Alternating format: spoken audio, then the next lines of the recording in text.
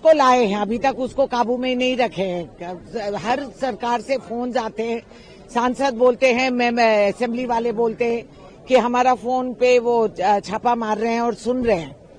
तो अगर ये कदम जब उठाया, आप देखते रहिए, पिछले 11 साल में भारतवासी का अधिकार छीना जा रहा है। अगर लोग इतने मासूम बन के बैठेंगे तो उनकी जान की भी खतरा हो सकती है। असल वायलेशन ऑफ नेशनल सिक्योरिटी यही है। किरण रिजिजू ने बोला है कि ऑपोजिशन को सिर्फ मुद्दा चाहिए प्रोटेस्ट पार्लियामेंट ना चलने देने के लिए। अब वो फिर ये, अरे तुम नालायक हो तो हम क्या करें? तुमको चलाना आता नहीं है तो हम क्या करें? हम मुद्दा भी नहीं उठाए। आप क्या सोच रहे हैं? Yes sir, no sir, 3 bags full sir, ये नहीं चलेगा। सांसद है, लोगों का आवाज बुलंद रखने का हमारी फर्ज बनती है और हम बुलंद रखेंगे जब तक ऊपर वाले हमारे कंठ में ताकत दी है। लग रहा है कि पूरे देश को एक ये कंट्रोल करना चाहते हैं। हर एक व्यक्तिगत जो हर एक आदमी का एक आजादी है उसको खत्म करेंगे। संचार ऐप फ्रॉड नहीं है, लोगों को तंग नहीं करेंगे, इसकी गारंटी कौन लेगा? इसके सरकार क्या मतलब बता रही है, लेकिन ये सरकार के पास कोई जवाब नहीं, क्योंकि हर एक की व्यक्तिगत लोगों के ऊपर ये लोग जैसे इलेक्शन में बाकी सब कुछ करते हैं, इसको भी यूज करेंगे ये लोग।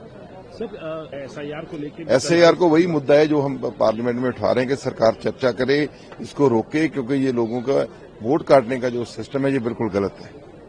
तो आपकी मांग रहेगी क्या? क्योंकि सरकार कह रही है हम लोग जो है कंसिडर कर रहे हैं। देखो कंसिडर करना, अभी तुरंत कर दे। कंसिडर करना, देखो पिछला सेशन भी पूरा निकल गया, इस सेशन में भी सरकार बात नहीं सुन रही।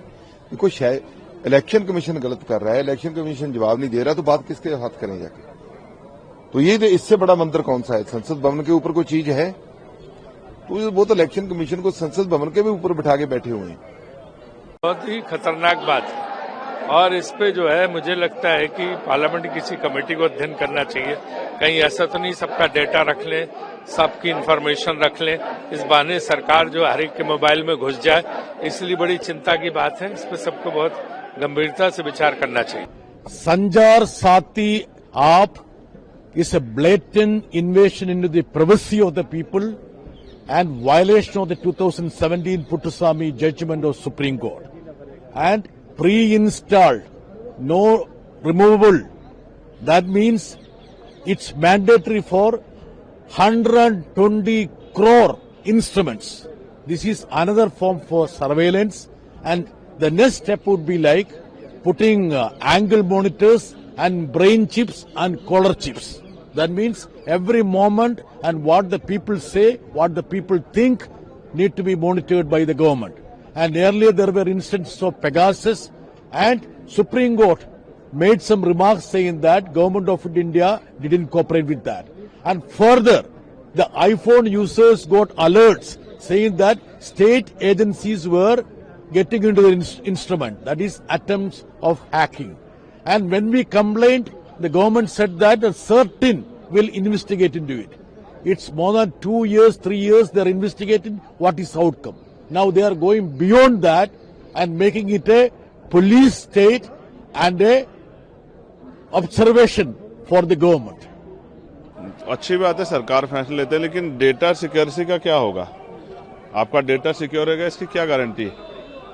आज तो आप देख ही रहे हैं किस तरह से जो है डेटा जा रहा है, और डेटा क्या आपकी पर्सनल इन्फॉर्मेशन जा रही है, तो इसकी क्या गारंटी है कि आपका डेटा सिक्योर रहेगा?